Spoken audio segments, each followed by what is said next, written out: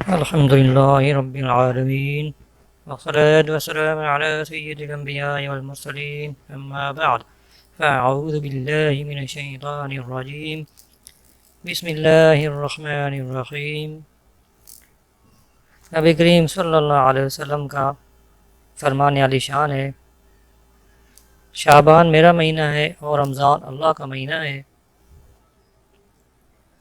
سبحان اللہ، ماہ شعبان کی عظمتوں پر قربان، اس کی فضیلت کے لیے اتنا ہی کافی ہے کہ ہمارے نبی کریم صلی اللہ علیہ وسلم نے اسے میرا مہینہ فرمایا۔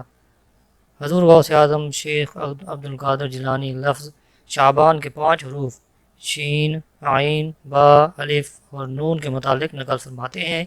شین سے مراد شرف ہے یعنی بزرگی، عین سے مراد علو یعنی بلندی، با سے مراد بر یعنی احسان، الف سے مراد الفت اور نون سے مراد نور ہے۔ تو یہ تمام چیزیں اللہ تعالیٰ اپنے بندوں کو اس مہینے میں عطا فرماتا ہے۔ یہ وہ مہینہ ہے جس میں نیکیوں کے دروازے کھول دیے جاتے ہیں، برکتوں کا نزول ہوتا ہے، خطائیں مٹا دی جاتی ہیں اور گناہوں کا کفارہ ادا کیا جاتا ہے، اور خیر البریہ سید الورا جناب محمد مصطفیٰ صلی اللہ علیہ وسلم پر درود پاک کی کثرت کی جاتی ہے، اور یہ نبی کریم صلی اللہ علیہ وسلم پر درود پاک بھیجنے کا مہینہ ہے۔ حضرت سیدنا انس بن مالک رضی اللہ عنہ فرماتے ہیں، ماہ شعبان کا چاند نظر آتے ہی صحابہ کرام تلاوت قرآن کی طرف خوب متوجہ ہو جاتے، اپنے اموال کی زکوٰۃ نکالتے تاکہ غربا اور مساکین مسلمان ماہ رمضان کے روزوں کے لیے تیاری کر سکیں۔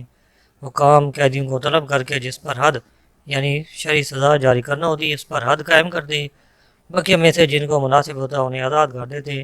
تاجر اپنے قرضے ادا کرتے، دوسروں سے اپنے قرضے وصول کرتے، اور رمضان شریف کا چاند نظر آتے ہی غسل کر کے بعد حضرات اعتکاف میں بیٹھ جاتے۔ سبحان اللہ، پہلے کے مسلمانوں کو عبادت کا کس قدر ذوق ہوتا تھا، مگر افسوس آج کل کے مسلمانوں کو زیادہ تر حصول مال ہی کا شوق ہے۔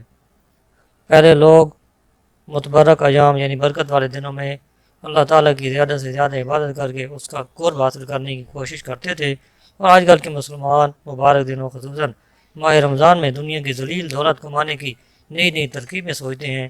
اللہ تعالیٰ اپنے بندوں پر مہربان ہو کر نیکیوں کا اجر و ثواب خوب بڑھا دیتا ہے، لیکن دنیا کی دولت سے محبت کرنے والے لوگ رمضان میں بھی اپنی چیزوں کا بھاؤ بڑھا کر غریب مسلمانوں کی پریشانیوں میں اضافہ کر دیتے ہیں۔ افسوس، صد افسوس، خیر خواہ مسلم کا جذبہ دم توڑتا نظر آ رہا ہے۔ اے خاصان رسول وقت دعا ہے، امت پہ تیری آ کے عجب وقت پڑا ہے، جو دین بڑی شان سے نکلا تھا وطن سے، پردیس میں آج وہ غریب الغربا ہے۔ فریاد ہے اے کشتی امت کے نگہباں، بیڑا یہ تباہی کے قریب آن لگا ہے۔ نبی کریم صلی اللہ علیہ وسلم ماہ شعبان میں کثرت سے روزے رکھنا پسند فرماتے تھے، چنانچہ سیدنا عبداللہ بن ابی قیس رضی اللہ عنہ سے مروی ہے کہ انہوں نے ام المومنین حضرت عائشہ صدیقہ رضی اللہ عنہ کو فرماتے ہوئے سنا کہ نبی کریم صلی اللہ علیہ وسلم کا پسندیدہ مہینہ شعبان المعظم تھا کہ اس میں روزے رکھا کرتے، پھر اسے رمضان المبارک سے ملا دیتے۔ حضرت سیدنا اسامہ بن زید رضی اللہ عنہ فرماتے ہیں، میں نے عرض کی یا رسول اللہ صلی اللہ علیہ وسلم، میں دیکھتا ہوں کہ جس طرح آپ شعبان میں روزے رکھتے ہیں اس طرح کسی بھی مہینے میں نہیں رکھتے۔ فرمایا، رجب اور رمضان کے بیچ میں یہ مہینہ ہے، لوگ اس سے غافل ہیں۔ اس میں لوگوں کے اعمال اللہ رب العالمین کی طرف اٹھائے جاتے ہیں، اور مجھے یہ محبوب ہے کہ میرا عمل اس حال میں اٹھایا جائے کہ میں روزہ دار ہوں۔ حضرت سیدنا عائشہ صدیقہ رضی اللہ عنہ فرماتی ہیں کہ نبی کریم صلی اللہ علیہ وسلم پورے شعبان کے روزے رکھا کرتے تھے۔ فرماتی ہیں کہ میں نے عرض کی یا رسول اللہ صلی اللہ علیہ وسلم، کیا سب مہینوں میں آپ کے نزدیک زیادہ پسندیدہ شعبان کے روزے رکھنا ہے؟ تو نبی کریم صلی اللہ علیہ وسلم نے ارشاد فرمایا، اللہ اس سال مرنے والی ہر جان کو لکھ دیتا ہے، اور مجھے یہ پسند ہے کہ میرا وقت رخصت ہے اور میں روزے دار ہوں۔ بخاری شریف میں ہے، سیدنا عائشہ صدیقہ رضی اللہ عنہ فرماتی ہیں کہ رسول اللہ صلی اللہ علیہ وسلم شعبان سے زیادہ کسی مہینے میں روزے نہ رکھا کرتے، بلکہ پورے شعبان ہی کے روزے رکھ لیا کرتے، اور فرمایا کرتے اپنی استطاعت کے مطابق عمل کرو کہ اللہ تعالیٰ اس وقت تک اپنا فضل نہیں روکتا جب تک تم اکتا نہ جاؤ۔ حضرت علامہ مفتی محمد شریف الحق امجدی رحمۃ اللہ علیہ اس حدیث پاک کے تحت لکھتے ہیں، مراد یہ ہے کہ شعبان میں اکثر دنوں میں روزے رکھا کرتے تھے، اسے تقریباً کل یعنی سارے مہینے کے روزے رکھنے سے تعبیر کر دیا، جیسے کہتے ہیں کہ فلاں نے پوری رات عبادت کی جبکہ اس نے رات میں کھانا بھی کھایا، ضروریات سے بھی فراغت کی ہو۔ یہاں تقریباً اکثر کو کل کہہ دیا۔ مزید فرماتے ہیں کہ اس حدیث سے مراد معلوم ہوا کہ شعبان میں جسے قوت ہو وہ زیادہ سے زیادہ روزے رکھے، البتہ جو کمزور ہو وہ روزہ نہ رکھے، کیونکہ اس سے رمضان کے روزوں پر اثر پڑے گا۔ یہی محمل یعنی مراد و مقصد ہے ان حدیث کا جن میں فرمایا گیا کہ نصف یعنی آدھے شعبان کے بعد روزہ نہ رکھو۔ حضرت امام غزالی فرماتے ہیں کہ مذکورہ حدیث پاک میں پورے ماہ شعبان المعظم کے روزوں سے مراد اکثر شعبان المعظم یعنی مہینے کے آدھے سے زیادہ دنوں کے روزے ہیں۔ اگر کوئی پورے شعبان المعظم کے روزے رکھنا چاہے تو اس کو ممانعت بھی نہیں۔ حضرت عائشہ صدیقہ رضی اللہ عنہ سے روایت کرتی ہیں، حضور صلی اللہ علیہ وسلم کو میں نے شعبان سے زیادہ کسی مہینے میں روزہ رکھتے نہ دیکھا۔ آپ صلی اللہ علیہ وسلم سوائے چند دن کے پورے ہی ماہ کے روزے رکھا کرتے تھے۔ حضرت عائشہ صدیقہ رضی اللہ عنہ فرماتی ہیں، میں نے نبی کریم صلی اللہ علیہ وسلم کو فرماتے ہوئے سنا، اللہ تعالیٰ خاص طور پر 4 راتوں میں بھلائیوں کے دروازے کھول دیتا ہے۔ نمبر 1 بقرعید کی رات، نمبر 2 عید الفطر کی رات، نمبر 3 شعبان کی 15ویں رات کہ اس رات میں مرنے والوں کے نام اور لوگوں کا رزق اور اس سال حج کرنے والوں کے نام لکھے جاتے ہیں۔ نمبر 4 عرفہ کی یعنی 8 اور 9 ذوالحجہ کی درمیانی رات اذان فجر تک۔ سبحان اللہ، شعبان المعظم کی رات کتنی نازک ہے، نہ جانے کس کی قسمت میں کیا لکھ دیا جائے۔ بعض اوقات بندہ غفلت میں پڑا رہ جاتا ہے اور اس کے بارے میں کچھ کا کچھ سوچ چکا ہوتا ہے۔ بنیاد طالبین میں ہے کہ بہت سے کفن دھل کر تیار رکھے ہوتے ہیں مگر کفن پہننے والے بازاروں میں گھوم پھر رہے ہوتے ہیں۔ کافی لوگ ایسے ہوتے ہیں کہ ان کی قبریں خود ہی جا چکی ہوتی ہیں مگر ان میں دفن ہونے والے خوشیوں میں مست ہوتے ہیں۔ بعض لوگ ہنس رہے ہوتے ہیں حالانکہ ان کی موت کا وقت قریب آ چکا ہوتا ہے۔ کئی مکانات کی تعمیر کا کام پورا ہو گیا ہوتا ہے مگر ساتھ ہی ان کے مالکان کی زندگی کا وقت بھی پورا ہو چکا ہوتا ہے۔ حضرت عائشہ صدیقہ رضی اللہ عنہ سے روایت ہے، حضور صلی اللہ علیہ وسلم نے فرمایا، میرے پاس جبرائیل آئے اور کہا شعبان کی 15ویں رات ہے، اس میں اللہ تعالیٰ جہنم سے اتنوں کو آزاد فرماتا ہے جتنے بنی کلب کی بکریوں کے بال ہیں، مگر کافر اور عداوت رکھنے والے اور رشتہ کاٹنے والے اور کپڑا لٹکانے والے اور والدین کی نافرمانی کرنے والے اور شراب کے عادی کی طرف نظر رحمت نہیں فرماتا۔ حضرت امام احمد بن حنبل نے حضرت سیدنا عبداللہ بن عامر رضی اللہ عنہ سے جو روایت نقل کی ہے اس میں قاتل کا بھی ذکر ہے۔ سیدنا کثیر بن مرہ رضی اللہ عنہ سے روایت ہے کہ تاجدار رسالت صلی اللہ علیہ وسلم نے فرمایا، اللہ تعالیٰ شعبان کی 15ویں شام میں تمام روئے زمین والوں کو بخش دیتا ہے سوائے مشرک اور عداوت والے کے۔ حضرت علی شیر خدا رضی اللہ عنہ شعبان المعظم کی 15ویں رات یعنی شب برات میں اکثر باہر تشریف لاتے۔ ایک بار اسی طرح شب برات میں باہر تشریف لائے اور آسمان کی طرف نظر اٹھا کر فرمایا، ایک مرتبہ اللہ کے نبی حضرت داؤد علیہ السلام نے شعبان کی 15ویں رات آسمان کی طرف نگاہ اٹھائی اور فرمایا، یہ وہ وقت ہے کہ اس وقت میں جس شخص نے جو بھی دعا اللہ سے مانگی اس کی دعا اللہ نے قبول فرمائی اور جس نے مغفرت طلب کی اللہ نے اس کی مغفرت فرما دی، بشرطے کہ دعا کرنے والا اشعار یعنی ظلمت ٹیکس لینے والا، جادوگر، کاہن، باجا بجانے والا نہ ہو۔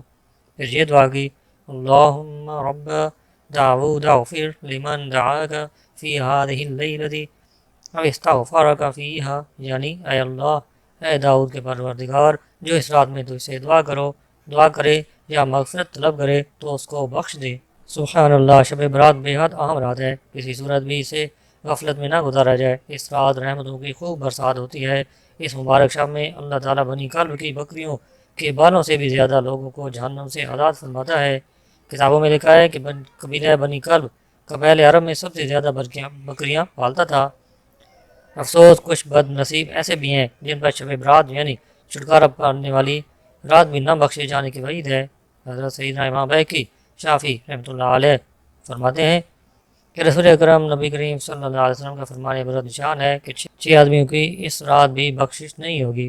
نمبر 1 شراب کا عادی، نمبر 2 ماں باپ کا نافرمان، نمبر 3 زنا کا عادی، نمبر 4 قطع تعلق کرنے والا، نمبر 5 تصویر بنانے والا اور نمبر 6 چغل خور۔ اسی طرح کاہن، جادوگر، تکبر کے ساتھ پاجامہ یا تہبند ٹخنوں کے نیچے لٹکانے والے اور کسی مسلمان سے بلا اجازت شرعی بغض و کینہ رکھنے والے پر بھی اس رات مغفرت کی سعادت سے محروم کی وعید ہے۔ چنانچہ تمام مسلمانوں کو چاہیے ان گناہوں میں سے اگر معاذ اللہ کسی گناہ میں ملوث ہوں تو بالخصوص اس گناہ سے اور بالعموم ہر گناہ سے شب برات کے آنے سے پہلے توبہ کر لیں، اگر بندوں کے حق تلفیاں کی ہے تو توبہ کے ساتھ ساتھ ان کی معافی کی ترغیب بھی فرما لیں۔ حضرت سیدنا علی المرتضیٰ شیر خدا رضی اللہ عنہ سے مروی ہے، نبی کریم صلی اللہ علیہ وسلم کا فرمان ہے، جب 15ویں شعبان کی رات آئے تو اس میں قیام یعنی عبادت کرو اور دن میں روزہ رکھو۔ بے شک اللہ تعالیٰ غروب آفتاب سے آسمان دنیا پر خاص تجلی فرماتا اور کہتا ہے کوئی مجھ سے مغفرت طلب کرنے والا کہ اسے بخش دوں، ہے کوئی روزی طلب کرنے والا کہ اسے روزی دوں، ہے کوئی مصیبت زدہ کہ اسے عافیت عطا کروں، ہے کوئی ایسا اور یہ اس وقت تک فرماتا ہے کہ فجر طلوع ہو جائے۔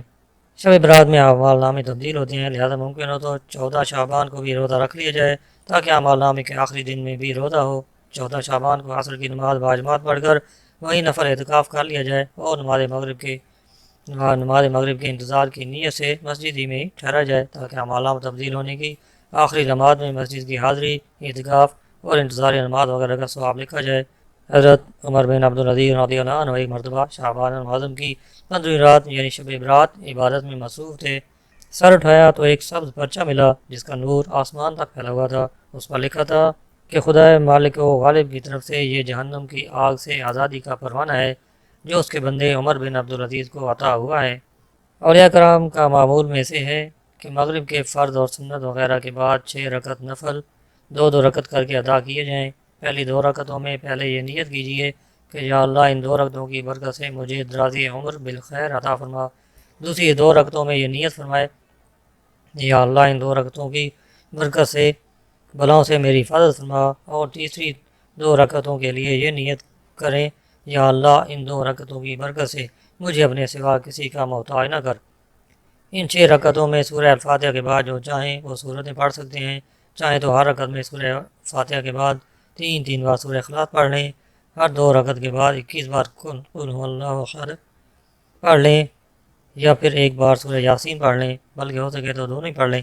یہ بھی ہو سکتا ہے کہ کوئی ایک اسلامی بھائی بلند آواز سے سورہ یاسین پڑھے اور دوسرے خاموشی سے کان لگا کر سنیں۔ ام المومنین حضرت عائشہ صدیقہ رضی اللہ عنہا فرماتی ہیں، میں نے ایک رات نبی کریم صلی اللہ علیہ وسلم کو نہ دیکھا تو بقیع باغ میں مجھے مل گئے۔ آپ صلی اللہ علیہ وسلم نے مجھ سے فرمایا، کیا تمہیں اس بات کا ڈر تھا کہ اللہ اور اس کا رسول تمہاری حق تلفی کریں گے؟ میں نے عرض کی، یا رسول اللہ صلی اللہ علیہ وسلم، میں نے خیال کیا تھا کہ شاید آپ ازواج مطہرات میں سے کسی کے پاس تشریف لے گئے ہوں گے۔ تو فرمایا، بے شک اللہ تعالیٰ شعبان کی 15ویں رات آسمان دنیا پر تجلی فرماتا ہے، بس قبیلہ بنی کلب کی بکریوں کے بالوں سے بھی زیادہ گناہ گاروں کو بخش دیتا ہے۔ الحمدللہ شب برات جہنم کی آگ سے برات یعنی چھٹکارا پانے کی رات ہے، مگر افسوس صد افسوس مسلمانوں کی ایک تعداد آگ سے چھٹکارا حاصل کرنے کی بجائے خود پیسے خرچ کر کے اپنے لیے آگ یعنی آتش بازی کا سامان خریدتی اور پٹاخے چھوڑ کر اس مقدس رات کا تقدس پامال کرتی ہے۔